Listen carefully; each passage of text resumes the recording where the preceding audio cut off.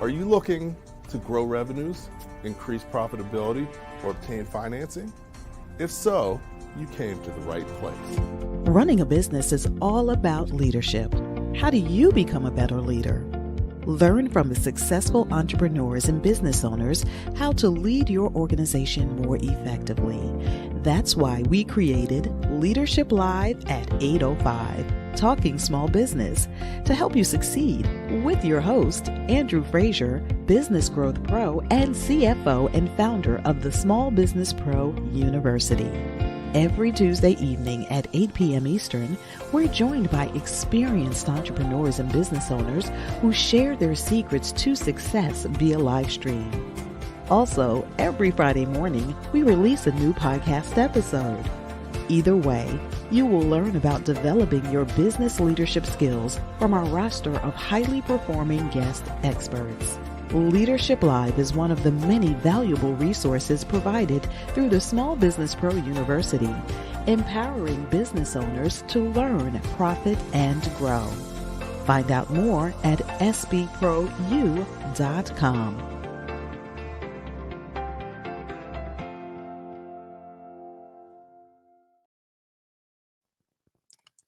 Good evening and welcome back to Leadership Live at 8:05. I'm your host, Andrew Frazier, and excited to be back hanging out with you, talking small business once again. As you know, to be a successful business owner, it's all about leadership. Your business can only go as far as you're prepared to take it. So that's why we created the show. That's why we take the time out to have you get a chance to meet and learn from other business leaders about how they've become successful and some of their expertise, so that you can take from there and utilize it to be more successful with your own business. So each week we have a different topic, we have a different guest. This week's topic is the fastest way to 7 figures. Our guest is Philip F. Smith, and those of you who have read my book and know about me, one of the first questions I ask business owners is, what is your most important job as a business owner? Because most times, if you don't know what you need to focus on, you're not going to be as successful. So as a business owner, your most important job is selling and marketing, something that you should be doing every day. And I'm excited because our guest, that's what his expertise is in. So I think there's a lot of valuable things that we can learn, and I'm really looking forward to chatting with him about things that he's learned and strategies that he utilizes to sell and market more effectively. Good evening, Philip. How are you doing tonight? Amazing. How are you? Great. Welcome to the show. Appreciate you taking time out of your busy schedule to hang out with me this evening. Of course. No, this is great. Appreciate it. Okay, excellent. So, you've had several businesses that you've grown successfully, and each time, you've been able to grow them faster and easier. And one of the key things that drove that was sales and marketing. So, definitely we all need to know that secret. So I'm glad we get a chance to try and unlock that, figure out how we can utilize it. But before we get started, if you could take a few minutes just to talk a little bit about your journey, some of the key milestones and key things that you learned along the way, and then we'll spend some time chatting about the main topic. Sure. It's funny when you just said that. It kind of reminded me when I first started my career and I would put out my resume, you would expand it and make it sound like you had more experience. Now I want to kind of shorten it up because to say that I've been started my first business 25 years ago just makes me feel really old every time I say it. But 1998, started my first company in the web hosting industry, selling dial-up services. If you can imagine, thinking about that today is crazy. But 7 years later, that was the biggest struggle. We finally sold the company. It took us about 3 years to actually sell it. Very, very difficult time. But it really taught me a lot of stuff for the future. And after that, in 2006, I said to myself, if I can help companies make money, I will be able to make money. So to make a long story short, I started a consulting business, sold it in 2010 to an investment fund. I joined the investment fund to help their internal companies at 17 at the time. We grew the company bigger, sold it again in 2012. One of the coolest thing was the main investor that ran the fund, his name was Jim Estel, one of the first investors in BlackBerry. Guy made almost like $500 million off that one investment. Really nice guy from the Toronto area. And he literally, with one phone call, sold the company. That boggled my mind at the time, but that's when I started realizing I got to put myself around the right people, right? So we all know that now, but when it actually happens, it's really cool. So sold the company again. And then in 2012, I started doing some consulting. And then that's when everything really changed for me. I figured out the lead generation business and owning data. And 2014 is when I really jumped into that with 2 feet. I dropped everything. Literally April of 2014 is when I started learning the industry. And October of 14, I did my first Facebook ad. First Facebook ad, October of 14. And what I realized was that once you figure out how to generate leads and monetize them, it's very, very scalable. You just spend more money to make money. And by December of 14, just within 60 days, I was reaching 6 figures a month. And that's just how it's been ever since. And I've stayed a small company, still a 1-employee company to this day. But it's been an interesting journey understanding the lead generation world.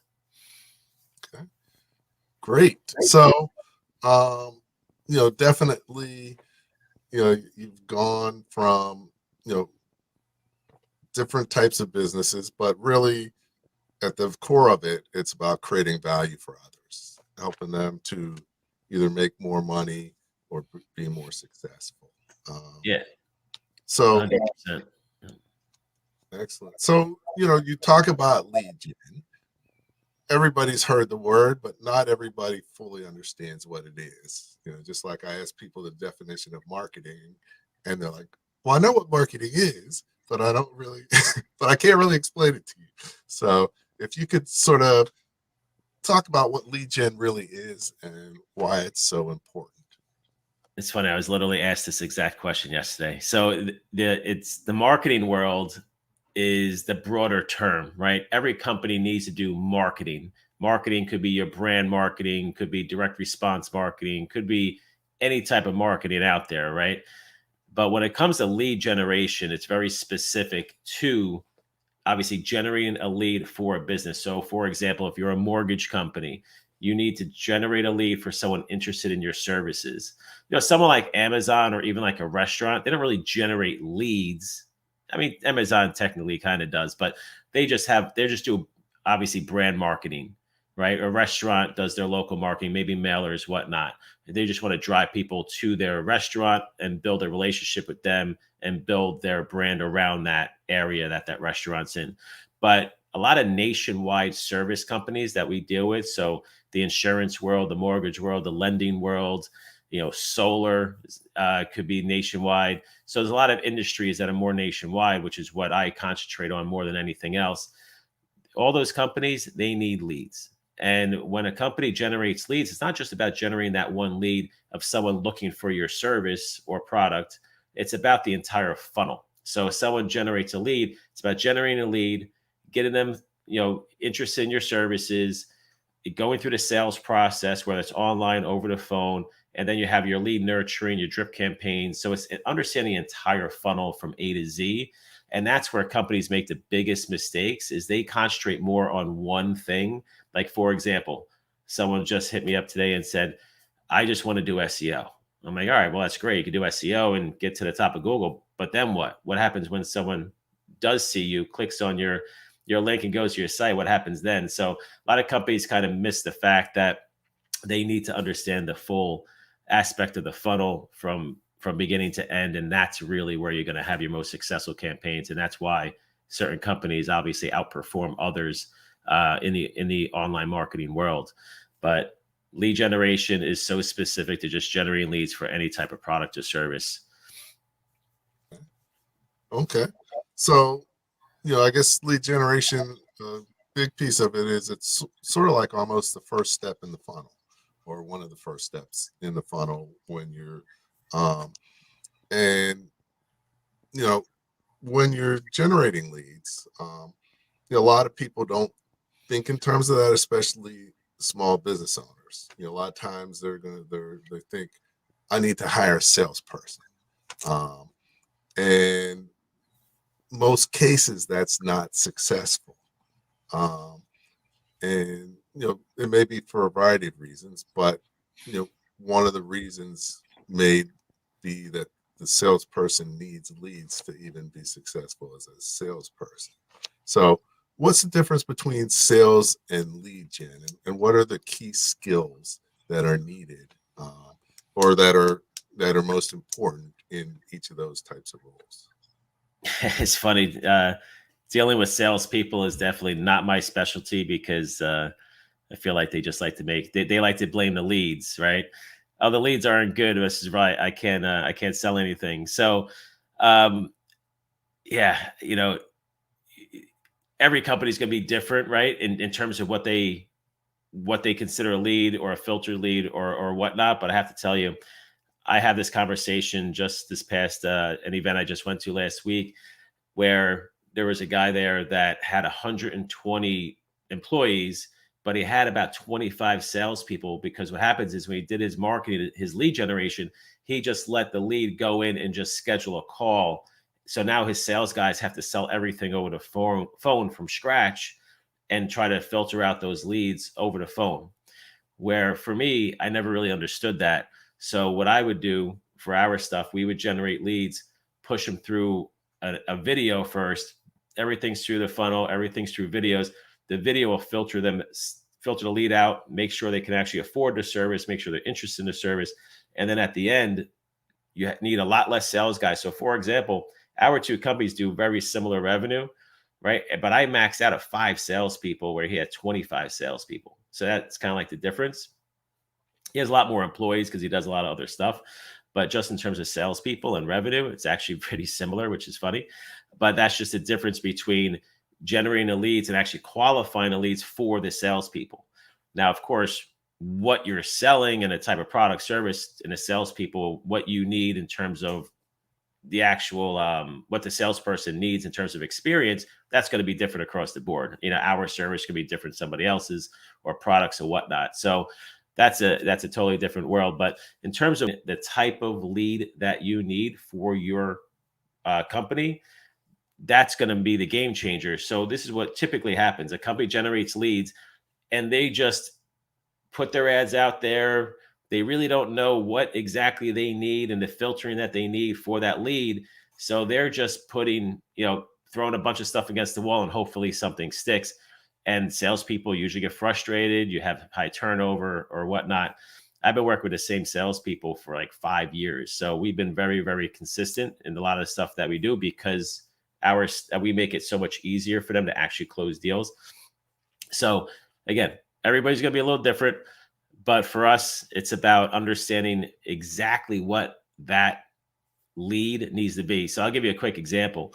One of the things that we do when we have someone run through a video, at the end of the video, we have them fill out a form and we ask questions very specific in what they want to do with the services. So for example, we ask, how quickly do you need these services? And 75 to 80% of our sales comes from someone saying ASAP, and that they have enough income or revenue to afford the services, right? So depending on the price point, depends on the revenue needed, right? Or the income needed. So those two things alone, those two questions by themselves, 75 to 80% of our overall sales. So the sales guys obviously hop on that very quickly, where they schedule a call, they reach out to them. And we basically push all the other leads aside at first, concentrate on those. And it was a game changer once we implemented that a couple of years ago. So once you start learning like what you need in the filters in your leads, it's a game changer. So a lot of companies don't really know that answer. So they're all over the place. But the companies that know what they're doing and are successful typically figure that out. Okay, great. So, you've already been impressive, because you already may have a client. Somebody wants to work with you. So, and it's only been like 15 minutes. So imagine what's going to happen by the end of the show. So, this is excellent. One of the things I always say is both marketing and sales are your most important job, but the better you market, the easier it is to sell. And if you get good enough at marketing, you almost don't even have to sell anymore. And I think, with your process of qualifying the leads, that makes a huge difference. You could waste a whole bunch of time and money on marketing, trying to convert people, but the wrong people. So, how do you work with the company to figure out who the right lead is? When you're working with the businesses, what is the process that you use to be able to figure out how to do the best job possible for generating leads for them? Yeah. So first thing we need to do is just figure out where they're at. And usually when we ask companies certain questions, they don't know the answers. And that's what I was saying before, where usually we have to figure it out depending on what we're doing for them. So I actually had someone reach out to me today. I asked him some questions and he just had no clue. No clue about his cost per acquisition, his lifetime value of a customer, all that stuff. But you need that. If I had more information, then it's easier to go figure out what we need to do for them or how to help them or point them in the right direction. But at the end of the day, we need to put all the pieces together for the funnel, right? So think about it just a puzzle, and you need all the pieces. But if a company gives you 10% of the funnel, 10% of the puzzle, now I got to put together 90%. So the more that the company gives me and knows their answers, and the more I can help them, right? So, but typically we don't have a lot of the answers. We have a small piece of that puzzle, so we got to put it all together. And I like to work backwards. So you start off with what they're selling, how they're selling it, sales guys, no sales guys, they want to sell over video. I like to sell over video. And I don't have a lot of salespeople. Like I said, I don't deal with a lot of salespeople. I like to sell over video. And if you're really, really good at marketing and sales, then you don't really need a lot of people on the phone banging away, right? People will just buy from you just because of the brand marketing you're doing or whatever. But we look at the company, see where they're at, see the price point of their product. We kind of already know what conversion rates should be. In my world, with a lot of services that we sell, we're going to live in that 1 to 3% conversion ratio because of depending on the type of lead we get, right? So if we're doing Facebook ads, Google, YouTube, you're going to live in that 1 to 3% typically, right? If you're doing referrals, then that's going to skyrocket. So of course, it just depends on what you're doing. But if a company says, all right, I want to do this type of marketing and this is the product or service I want to sell, we already kind of know what the conversion should be. And then we understand how much they're charging. We kind of already know where their lead cost is probably going to end up. So we can kind of guesstimate a lot of this stuff just on lead cost, conversion ratio, sales process. And then I can look at a website, a funnel, and be like, yeah, this needs a lot of help, which typically that's the answer.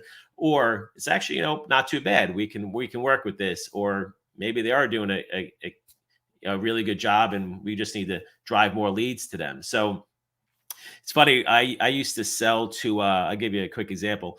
I used to sell a lot of leads in the business loan space, generate over 1 million leads over the years. And what I realized after a while is that the companies that didn't have the automation set up, so what I mean by that, I would generate a lead, send it to their CRM, and your call center would basically automatically pick up the phone and dial. If they didn't have that in place, that company never bought leads from me more than once because they just didn't have the process in place to be successful. But all the companies that did have that in place, they would keep buying. So again, just understanding what companies would have. So I would now educate the companies on what they would need to do to be successful if they wanted to start buying leads, because that's a different world, in that type of marketing. But yeah, when I work with a company, I like to work backwards, and I need to start figuring out, their funnel and guesstimate whatever we can, and then look at it and say, is this actually going to have any success or not? Like a lot of companies come to me and I just tell them, no, like, listen, you're probably not going to be successful. This is a really bad idea. I don't see how you're ever going to make a profit and then scale this with what you have, what your conversion rate is probably going to be, your profit margin, et cetera, et cetera. And a lot of companies sometimes just have to either go a different marketing route or maybe even just increase their prices. We actually, one of our services, we tripled our prices this year just because lead costs skyrocketed. And we actually didn't miss a beat. Our conversion ratio stayed exactly the same. It dropped a little bit, but good enough where it didn't really hurt us at all. And we were totally fine with it. So sometimes just charging more money for your services, could be the answer. I mean, obviously, a lot of companies have done that with everything that's been going on, but there's a lot of different ways to fix the problem. Okay. It's good that you talk about pricing.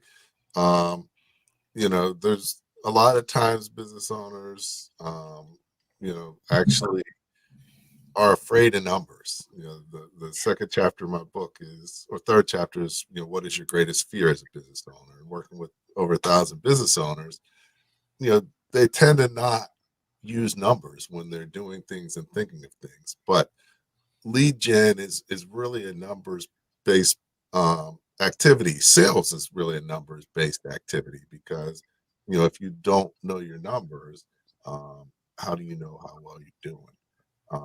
So talk a little bit more about what are some of the key numbers and how do you look at them? Like you talked about lifetime value. What is that, and how do you calculate that? What are cost of acquisition? How do you figure that out? Why is that important? Just a little bit about that, because I think a lot of businesses lack the analysis that they need to be able to achieve the success that they can have. Yeah, that's funny. That's a good point. Because I was at that investment fund and because I was part of now total 9 acquisitions, I've been part of 5 companies I personally built and sold, but being part of all that was a great education for me going forward because understanding how to put all that stuff together was a big game changer for me. And being part of that fund was a big game changer for me, just learning the investment side of the business. But when it comes to so there's a couple of different ways to look at it, right? Like our business, when we generate leads in the first 30 days, we're only going to get about 1%, maybe a little bit more. We're going to convert about 1% with one of our services. But over 3 months or so, we should get closer to 3%. So a lot of companies look at the short term, but they don't really look at that long term. But if you are not good at your long term marketing and building your brand, and I will say, if you asked this question years ago, it would have been different. But one of the most important things, if you ask me today, for any business owner, you have to build your brand, right? I mean, doing exactly this right here, getting on TV, all this other stuff, writing a book, etc. You have to start doing that right away. And everybody should a lot of people are scared that they don't know enough or they're not an expert enough, but don't worry about it. You just move forward and do it. It'll all come together and you'll be fine. But that's one of the biggest things, because now what happens is all that marketing that we do, send out emails, texts, live Q&As, we do masterminds. It may take someone 2-3 months, or I've had someone literally show up at a mastermind that started following me in 2006. I mean, that just shows that I'm old, but that's how long I've been building my list and doing this stuff. Literally 2006. I've had 2008, 10, 12. I had all the years up until then, but the furthest one was 2006, and that's pretty much when I started. So it's crazy. Like, that's a really long sales cycle. You do not want to survive on that, but you just never know. That data is so important, and a lot of companies stop marketing to their own leads, their own data. They stop it. It doesn't make any sense to me. You just got to keep going and keep marketing and keep building your brand and doing that, and everything will eventually come together. But to go back to your original question, understanding your cost per acquisition, understanding your lead cost. So for us, you take your basic lead cost, to do round numbers, $10 per lead. If I know that I'm going to close 1%, let's just say at $1,000 product, okay, I'm pretty much break even, right? After in the first month. That's okay. I'm happy with that, because I know by month 3, I should double to triple my money on my original ad spend. and make my $2,000 to $3,000 or $1,000 to $2,000 profit. So if you have to look at the long term, you can look out over 6 months, a year, 2 years if you really want to, but we really just go out 3 months with our stuff. So understand your lead costs, your conversion ratio. That's going to basically tell you what your cost per acquisition is going to be. Of course, you have all your expenses with the company, et cetera, et cetera. But that lifetime value, now for us, people will use our services. They may buy more stuff, they may not. So now what we do, we look at all of our clients through any service that we do. We say, all right, what was that total revenue divided by clients? Now, how much are we making on average per client? And that's our average lifetime revenue per client. A lot of times the companies don't really look at a lot of things like that or look down the road, so they shortchange themselves. And they're like, oh, this actually won't work. But realistically, if they can hold on and push it out for 2, 3, 6 months, it'll work out. My original hosting company, first company I ever started, it took us 6 months to make a profit. 6 months. So that was a very capital intensive business. And technically what happened was we grew ourselves out of business because we couldn't raise money. We couldn't get money. It was really difficult. And so we had to sell. We were just at that point in time. And it was a good time to get out of the web hosting business in 2005. Everything was changing at that point in time. But we would never be able to compete with the big guys that were coming down the road. But it took us 6 months to make a profit. But in that business, people stuck around for years, So I know health insurance agencies for like Obamacare or the Affordable Care Act. I just went over performing with somebody recently, and it took that person, about 6 months to break even as well, right around that 5-6 month part. And then from there, but their customers stuck around for 18 months. So you just got to get past that point. So everybody's going to be a little different, obviously. If you're selling products, do they, repeat buy? Right? Look at someone like an Amazon. That number is astronomical, right? On how much money they're making per person. So everybody's going to be a little different, but you have to understand those numbers on the the longer term, not just the short term, to really understand when it comes to marketing, and especially paid marketing. Okay, excellent. So yeah, I think bringing in the long-term aspect is key. A lot of people go into business without much sales or marketing knowledge. So, and are out there winging it. And that's why they don't really get the results that they want.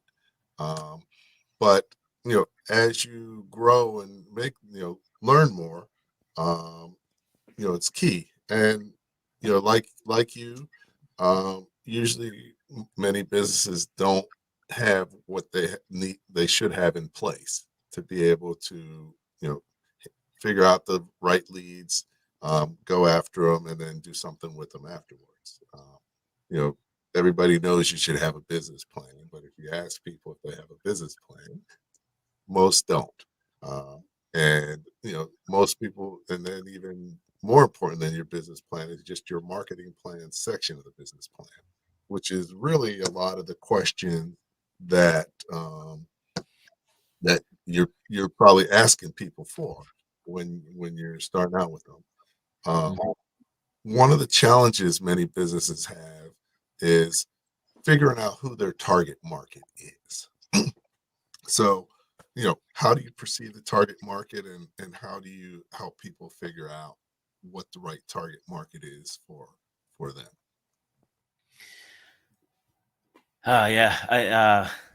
It just, so something just stuck in my head from what you just said. It just happened to me. So just let me throw this in there. So I was just at an event last weekend, and a lady at the Mastermind said she spent $70,000 with a company that was supposed to generate leads. And she's selling a franchise. So she's trying to find people to buy into her franchise. And she spent 70 grand and got nothing out of it. And that kind of dovetails into, they were obviously targeting the wrong people, right? So I felt so bad for her. But how do you find the right people, right? That's a totally different, question and answer, which maybe we'll talk about later. But the target market, most companies like look at a restaurant owner. They start a restaurant. They're not a marketer. It's probably a chef, right? So if you're a mechanic or a plumber or whatever it is, construction, not everyone's a marketing company. Not everyone wants to become a marketer. They don't understand it. They don't want to know about it. Just like I don't want to know how to change oil in my car. Just do it for me, right? So I totally understand. So when we walk into a company to figure out the target market, we're just going to come down to whatever that business is, right? I mean, how do you figure that out? You really just got to dive detail into that company. So let me just give you an example of something that recently happened. Take a mortgage company, right? Mortgage companies are pretty easy, right? You just go out there, start doing your marketing, start targeting certain keywords. So let me back up. It depends on the marketing you're going to do. If you're going to do Facebook marketing, that's display marketing. So your targeting is going to be completely different in Facebook, because now you basically have to guess via Facebook on who should I put this ad in front of. And hopefully Facebook's algorithm helps you along the way and gets to those right people, right? So Facebook's more display. So now I have to go in there and say, all right, I want it. And if Facebook doesn't give you what you need, like someone that's going to buy a house in the next 6 months, then you have to basically figure out, how do I do this? Who do I target? How do I know if someone's going to actually buy a house in the next few months? If you go to Google AdWords, that's much simpler, because it's, someone looking for a mortgage, someone looking to buy a house, right? You can narrow down to those specific keywords. The problem with Google is that it's going to be more expensive. It's always more expensive than Facebook, because it's so easy to do that everybody knows the exact keywords. So I'm just going to bid higher, and the bigger companies typically win out. YouTube's a little different, because with YouTube, you can actually do more like display type marketing. You kind of guess who you want to do, but you can also do the keyword as well in YouTube, and kind of do both. So a lot of how to figure out who the target market is actually the platform that you're going to use to do the advertising. Like, for example, if you're going to do mailers, that's going to be a little different, because I just want to hit certain areas maybe that of people that maybe there's a lot of houses being bought or sold or whatever. That's going to be a little different. And unless you're doing like a B2B, then you can just blanket an entire, industrial park, right? So the platform is going to have a lot to do with how you figure out who the target market is and how you target the market that the company is looking for. But obviously, working with the company specifically is going to figure out who it is. And a lot of times, if it's something that we don't have experience in, we're just going to guesstimate, right? And just guess, all right, let me see who this is going to be. But obviously, we have the experience. It's a lot easier. But I will tell you something about these ad platforms that I've learned years ago, which is very interesting. A lot of times a lot of companies come to us and say, I want to be hyper focused. I want the best lead ever. So in order to do that, though, you have to really dive into detail of who you're going to target on a Facebook, Google, YouTube, or whoever. But guess what? Your CPM rate, which is how they charge you, or your per click rate on Google, which is how they charge you, is going to skyrocket, right? So you're going to pay a lot more money to just put these ads in front of this specific person. But what we learned by accident one day is we ran an ad once completely open on Facebook, meaning we told Facebook there's no filter, not even an age. Just put this ad in front of whoever you want.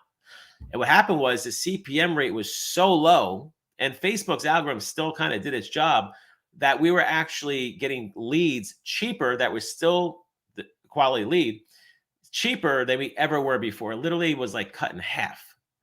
And we were shocked. And we're like, wow, this is so much easier. So for example, we are running a campaign right now for the Affordable Care Act for health insurance on YouTube. And we're doing zero targeting, just age, just the age, and that's it. And it's working. Lead cost is between like $8 and $12. And we make at least $18 on that lead from the lead buyers. So just give you an example. So a lot of times now what we do is we just go in there, just leave it open and say, let's just see what happens. And if that works, great. If it doesn't, then sure, we'll try to get a little bit more hyper-focused. But way back in the day, I used to be a complete opposite. And we used to try with the smallest circle possible and then work our way out. And then one day, and of course, algorithms change over time. But one day we just stumbled into that, and it was a total mistake when someone put an ad up and just left it wide open. It ended up being actually working. So that was very interesting. But so the platforms have a lot to do with how you target people. Like LinkedIn is completely different, of course, because you're targeting businesses and their actual title and everything about the business, right? Versus consumers on on the other platforms, especially like TikTok, which is, you know, totally different world right now, and how you target and what works on TikTok. Okay. Okay. Great. So really, there's a lot that goes into it in terms of the platform. Also, you know, really who you're searching for, um, and you know, a lot of that comes out of your marketing plan and your marketing strategy, which way makes the most sense. So, you know, love the conversation, love where it's going. We're going to continue the conversation, but we're going to take a break, learn a little bit about a valuable resource for entrepreneurs and business owners, and then I'll be back talking small business with Philip Smith. Your business can only go as far as you're prepared to lead it. You need access to expert advice, important connections, and valuable resources to achieve your goals. What can we do to help?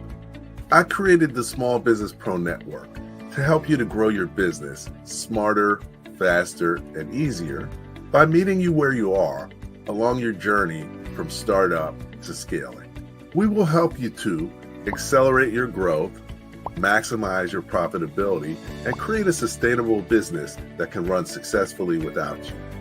But how do we do this? As a member of the Small Business Pro Network, you'll have access to private, in-person, and online networking activities to build valuable relationships with important connections, expert advice and curated content to help you gain the knowledge you need to grow revenue and increase profit, and our proven proprietary Masterpreneur playbook and weekly action plans will guide you along the critical path for creating a sustainable business that can run without you.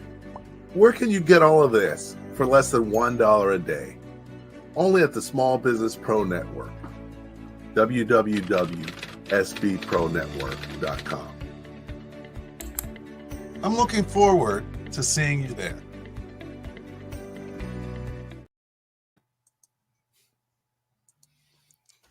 Okay. All right. Welcome back to Leadership Live. I'm here with Philip Smith, and you know, we're talking small business, talking about lead gen and how that can benefit your business. You know, one thing that we alluded to a little bit, but I just want to dig into a little bit more is not every product is a good candidate for lead gen, or maybe may need a different type of lead gen. And a big consideration is your margins. You know, you mentioned that maybe you need to raise prices for the numbers to work. And most small businesses actually undercharge anyway. So that tends to be a good strategy. But talk a little bit about the margin structure and how you can determine whether, you know, what you can afford in terms of lead gen. Yeah, you know, each platform is going to be different pricing, you know, or how much a lead costs, and or you know, to get a lead, and obviously a client or a customer. It also comes down to the quality of them. So I'll give you an example. We spend about $20 a lead on YouTube and Google, about $8 to $10 on Facebook, but we actually make more of a profit on Google and YouTube because it's a much better quality lead. So we tested out. Oh my God, just totally lost it. Not Twitter, TikTok. Sorry. We tested out TikTok. We were getting leads for less than $1. Less than $1. I'm like, oh wow, it's impossible for this not to work. Leads are less than $1, and it didn't work.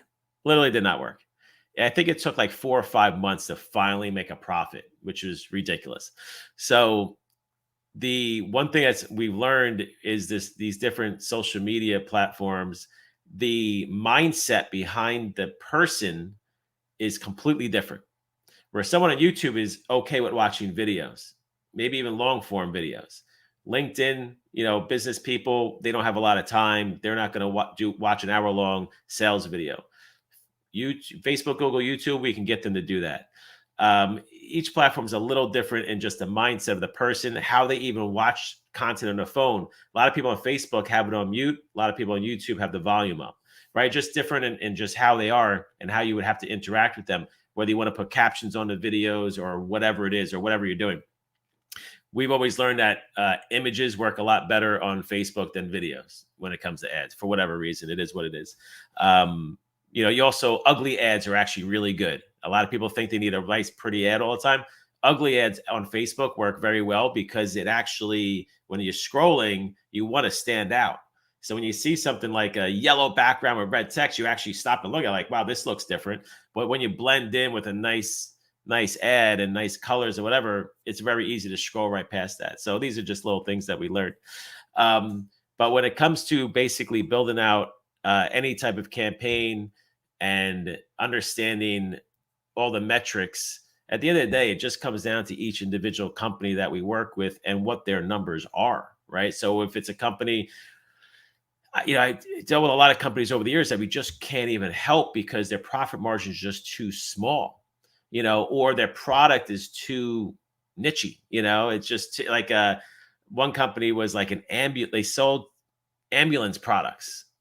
And I'm like, to target somebody who wants to buy stuff for ambulance is just too small. It's too much of a niche. So it really just comes down to exactly what they're doing, what their product is or their service, what their profit margin is, what they're paying the sales guys, if they are paying salespeople, just how the entire infrastructure of the business works. And a lot of companies just paid marketing and online marketing, or paid marketing just doesn't work. They have to do more organic type marketing or get referrals. I'll tell you, a friend of mine who runs like an IT company where he manages networks. So he'll manage a company's network where they have 5 computers, 100 computers, whatever. And over the years, I've always tried to help him generate leads, whatever. But I'm like, I really don't think this is going to work for you. I think you need someone just outbound calling companies, which is great now. I mean, you can hire people out of the Philippines who speak good English, and actually have them do it for you for like $5 an hour. I mean, it's really not bad. But what happens is now you can, for him, that's what he did. So I spent a lot of time with him trying to figure it out. I really didn't think online marketing would work. It didn't. Even LinkedIn was tough. You can automate some stuff and do outreach on LinkedIn, which could work. Very time consuming. But realistically, at the end of the day, what ended up working for him is just contacting companies manually, person on the phone, trying to reach the right person and doing it that way. That's just the certain type of service that he sells. And that's how that worked, because he just never generated enough leads through paid marketing. The price is just too much. Lead cost is too much to get to finally that one person. Even though he does have a huge lifetime value of a customer, he's just like, it was just too much, where it just didn't make sense for him. Like even like with us, TikTok still worked at the end of the day. It just took too long. It didn't make any sense. I'd rather put my time and effort into something else where, we're going to just make money faster. So, a lot of this has to do with the specific company, all their metrics across the board, whether they know it or don't know it. We can kind of guesstimate whether it's going to work or not and just go from there. But I will not work with a company unless I'm 100% confident that, we're going to be successful with it. And I'll be honest with them and I'll say, listen, 50-50 shot or 80-20 or whatever. And I'll just let them decide. But we just don't want to waste their time to just try to bring people on to help them with anything that we do. But I will tell you, a lot of stuff that we do with Kevin Harrington, if you don't know, one of the original sharks on Shark Tank, he just took Celsius, the drink Celsius, to a $15 billion market cap. Totally different marketing strategy, right? So there's companies that we do work with that are larger that just need access, right? They need influencers, they need maybe some celebrities, or they just need different types of access with manufacturing or patents. So there's a lot of things that you can do with companies, depending on the size, depending on the budget, and what they're trying to do, where you just give them access to certain things like Kevin, his and everything that he does and the people that he knows and the things that he can open up for someone. And it's a total game changer. He originally brought Flow Rider, back in like 2014, I think, around, and they started doing commercials around the Celsius product. And that's how they kind of all started, back in the day. And now that company obviously blew up. So, it's not all just about walking into a company and be like, all right, how do we do paid marketing? I've done partnerships with IBM, Intel, HP, AT&T. I've worked at 1-800-Flowers. I worked at a lot of larger companies back in the day. I don't want to work with large companies anymore. They're too much of a pain in the butt. But there are certain things that you can bring to the table with companies that they never even thought about. Partnerships that you can put together, bring people to the table that can skyrocket a business. So there's a lot more to it than just paid marketing. And there's a lot of different ways you can help companies out, outside of paid marketing, so, or any type of online marketing. There's just a lot of different things that you can do, just depending on the company, of course, and what their needs are and where they're at and where they're trying to go. Okay. Excellent. So, one of the key things is in life, and especially in business and marketing, the little things matter.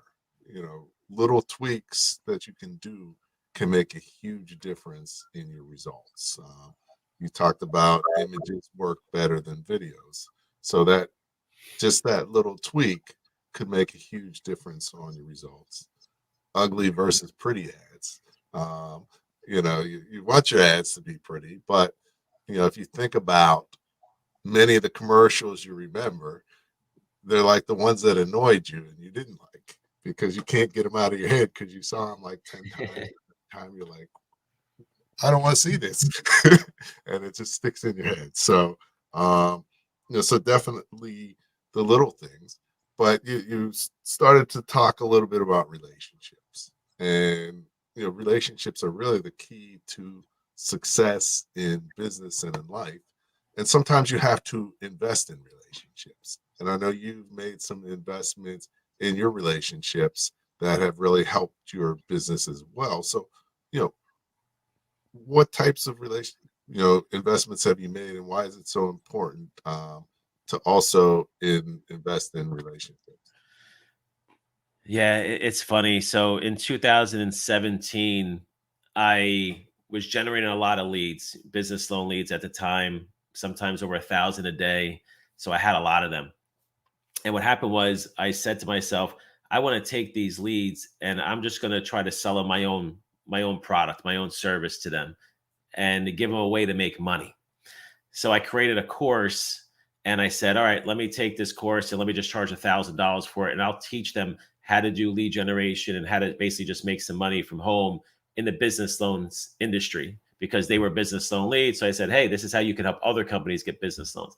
So I just threw it together. I'm not the type of person that I like to sell things first and then build it later. So I actually sold the course and I said to myself, if someone buys it, then I'll create it.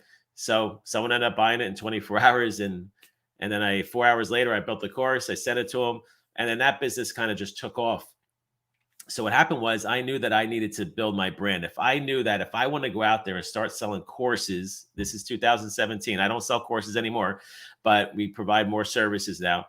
But at the time, I said to myself, if I'm going to do this, I'm going to do this type of marketing where I got to build my brand and get out there and put my face out there. I need to attach myself. So I actually spammed all the sharks. So Kevin Harrington, Damon John, Barbara Corcoran, all of them. And Kevin, Damon, and Barbara Corcoran, the three teams I actually talked to. Barbara wasn't interested because they're obviously in real estate. But I ended up talking to Damon's team. I ended up meeting him at the conference, industry conference at that point in time. Really didn't go anywhere. Kevin's son actually lives 20 minutes from me, and they moved very quickly. But what happened was they asked me, do you want to do an interview with Kevin? I said, sure. And they charged me $9,000. And I knew that would put me in the same room as him. So I went to Tampa, did an interview with him. I did my 30-second pitch or my elevator pitch. He said, sure, I'm definitely interested. 8 months later, we finally did a deal in September of 18. Obviously, it was in January of 18 when I did the interview. But just me going and meet and telling people I was going to go be interviewed by Kevin, that changed things for me at the time. Then coming out with the interview changed things. And then doing the partnership with him obviously really changed things. But what I learned at the time was, wow, I just spent money and put myself in the room as him. And it was a game changer. And people actually reached out to me saying, don't do it. It's a waste of money. And I don't like listening to people. So thank God I didn't. But what happened was I knew in my gut it was the right thing to do. So then I found out that there's these mastermind groups that I could pay. And the first one I did was called War Room Mastermind. That was 30 grand a year. This is a lot of money, right? Not everyone has this type of money laying around, of course, if it's just starting out or whatever.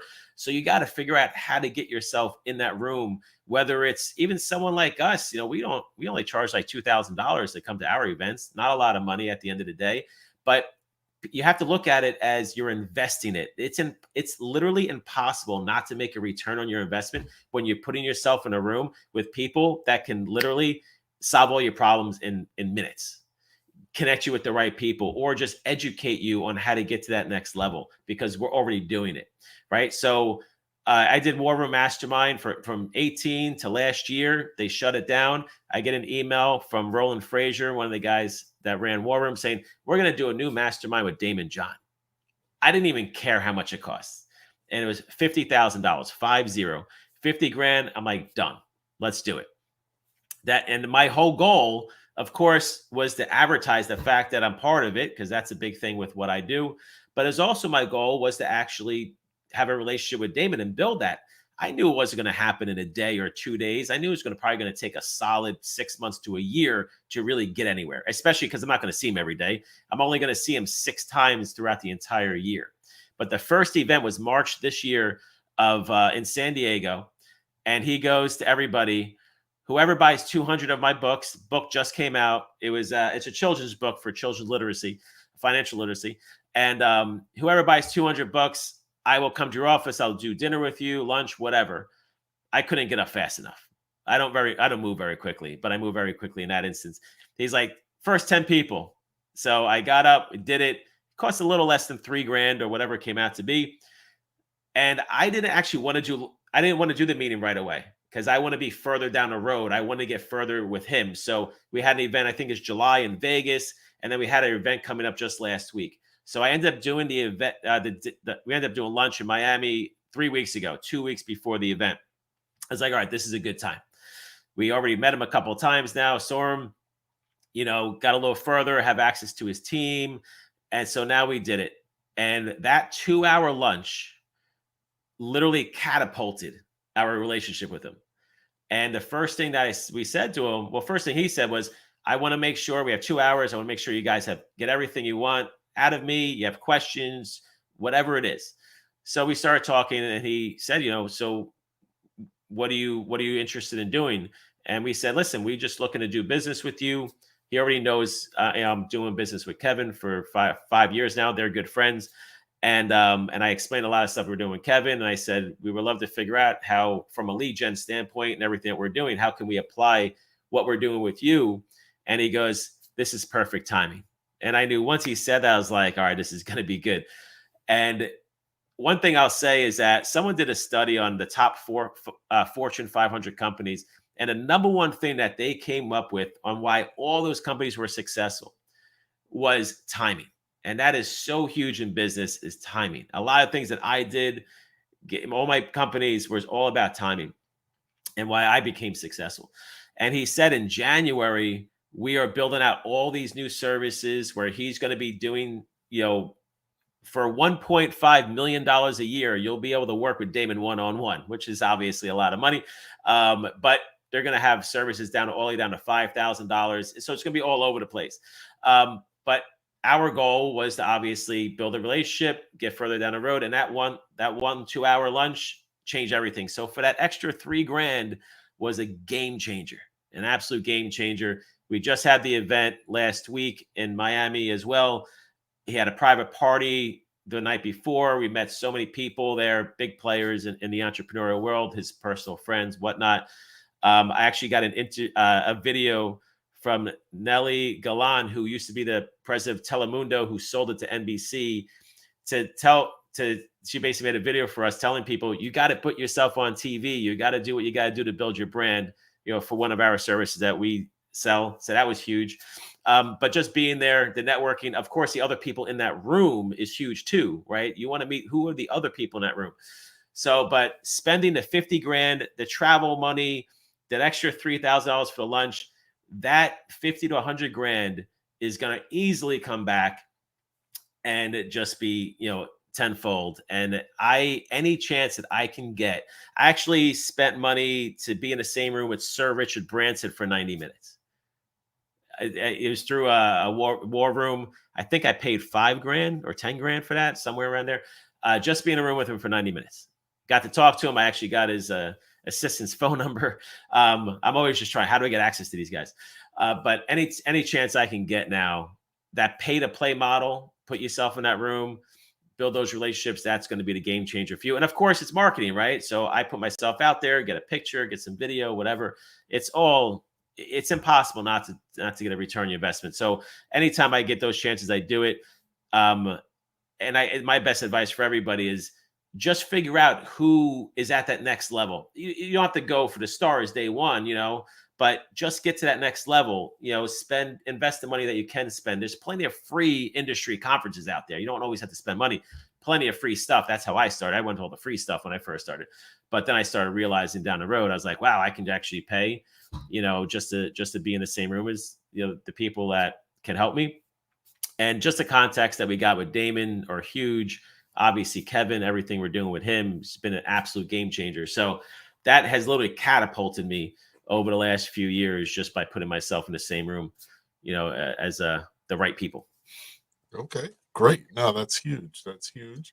Of course, you're in the room with the plan and, Yes. thinking about how you can add value to others. So you don't just get in the room. You got to get in the room with something that can be, can achieve your goals and help other people achieve their goals. So I do have a question for you. Let's see. So Roberta's asking, what are your thoughts on businesses that generate leads on commission? Legit or sketchy? Businesses that generate leads on commission. I'm actually not really sure about the question. Okay, maybe. Well, I guess. They pay out commission. Oh, so they pay commission just because they generate a lead? Is that what you're saying? Is that what it is? What do you think? I think more. Well, a lot of lead gen get paid per lead, right? Yeah, we get paid per lead. That's how I do it. Okay, so pay per lead is sort of standard then. More. Oh yeah, 100%. Yeah, I would. So you have the agency model where you're charging for your time, right? Mm-hmm. And I'm just going to run ads for you, whatever happens. But it's basically called performance marketing, where I'm saying I'm going to go risk the money for your company. I'm going to generate these leads on my dime. I will generate leads for you, and you just pay me per lead. I'm going to make more money that way because I can scale that. I'll make more profit, and then because I own the leads, right? I'm generating them. I can now monetize them other ways. So I'll give you an example. We're doing the Affordable Care Act, right? The health insurance leads. Mm-hmm. That lead is being sold off to a company. We're making a profit. That lead is a subprime lead, right? Because you have to basically not make a lot of money to get the Affordable Care Act. So now that lead probably is interested in like free Wi-Fi, free cell phones, maybe some high interest credit cards, maybe high interest personal loans. They probably have debt, right? There's a lot of different things you could do with that lead that you can offer them, where I can sell that lead off or just promote other services to them, right? Maybe make affiliate commission or on a back end. So I like doing that because when I own that data, which is the most powerful thing you can own, when you own that data, you're going to be much better positioned to now make money off those leads down the road. And that goes back to me saying I generated all those business loan leads. And I literally created a 7-figure business off of leads I just had sitting on my computer.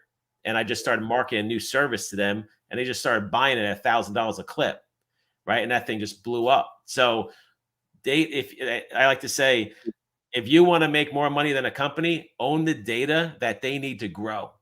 I've literally handcuffed companies, not on purpose, but I handcuffed companies because I own the leads that they needed to grow.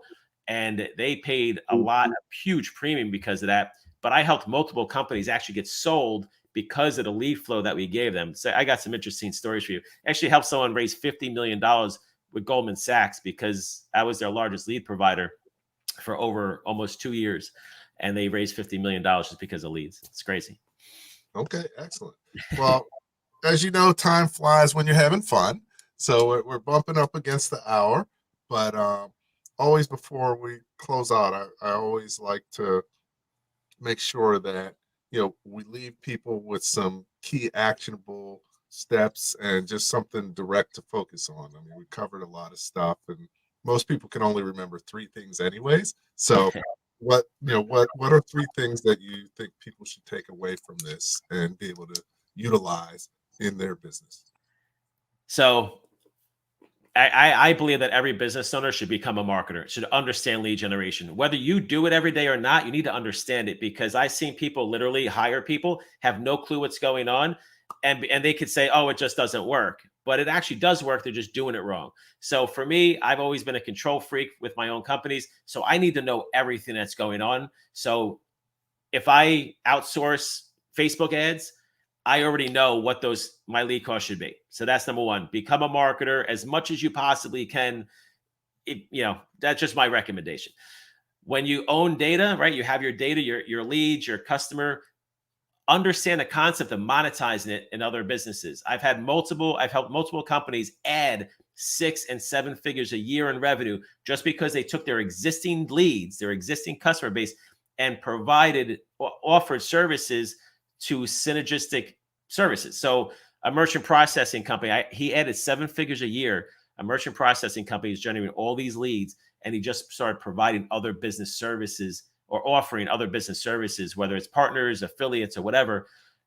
And he actually started building out stuff. So he literally figured out which services did his leads like the most and what paid out the most. And he actually started building it as an internal service for his own company, because then he's going to make more money. So think about that, because that's really how you can scale. That's the Amazon model. What is Amazon doing? They're just building all these internal services and controlling industries now, because they have everyone's data and they can just grow like that, right? So understand that concept of generating a lead, having customer data, and monetizing it other ways. So that's the second one. The third one, I would say, always put yourself in the right room with the right people. If you're the smartest person in the room, you're in the wrong room. I like to feel dumb when I'm in rooms. And that's the best place to be. And invest the money, like invest it in education, learn from it. Even if you don't make money with something, it's okay. You learn from it, you move forward. Don't think about it spending money. You have to take advantage of other people's willing to teach you. And there's so much out there now, but do your research, because there's also a lot of really bad people out there. So make sure you do your research on who you're willing to work with. Great. So, we're definitely a big fan of marketing knowledge and learning as much as you can about sales and marketing. In the Navy, we used to say you have to inspect what you expect, but you can't inspect something that you don't understand. So before you invest anything, you need to know what you're investing in and what you expect back from it. Data is king, finding ways to monetize it, just like content, repurpose what you have to get greater value out of things you already have. And of course, relationships, being in the right room, talking to the right people, developing the right relationship. So this has been amazing, Philip. Thank you so much for joining us tonight and sharing your knowledge and expertise. And hope you continue with all the great things, and would love to have you come back, another time once you've done some more great stuff and tell us about it. So No, I appreciate it. Thank you for having me. It's been great. okay, excellent. So I'm going to close out, but if you have a few minutes to hang out, and we'll chat for a minute after. So Sure. Okay, great. So once again, we had a great guest tonight on Leadership Live. Philip's done some great stuff, and I've learned some things. I'm sure you have as well, and definitely be good to put them to work. Of course, we talked about a lot, so the recording's still going to be available. So feel free to tune back in to check it out. And I guess definitely getting good feedback. Philip, question about how to reach you. What's the best way? Is that LinkedIn? Yeah, my website, philipfsmith.com. Okay, philipfsmith.com, and I'll put it in the chat as well. So yeah, it's one L. Okay, yep, 1L. Okay, cool. And so next week we have another great guest, and looking forward to it. So next week our guest is Wallace Santos. He's CEO of Main Gear, and Main Gear is one of the top gaming computer manufacturers in the whole country. So based here in New Jersey, who knew? And we're going to talk about the making of a masterpreneur. Those of you who have checked out my books, my most recent book is the Masterpreneur Playbook, and it's really about developed a framework where there's really 5 key steps that you have to go through to go from startup to scaling your business. And he's actually gone through all those steps, the 5 key steps, and 5 levels of evolution that you have to go through as an entrepreneur and business owner. So look forward to talking to him about that. I think you'll learn a lot, and look forward to having that next week. So hopefully you'll join us next week. And just remember, at the end of the day, the more that you know, the faster and more successfully your business will grow. Thank you for listening to Leadership Live at 8:05, Talking Small Business. Subscribe to our YouTube channel and to the podcast on your favorite podcast platform. Leadership Live is one of the many valuable resources provided through the Small Business Pro University, empowering business owners to learn, profit, and grow. Find out more at sbpro.u.com.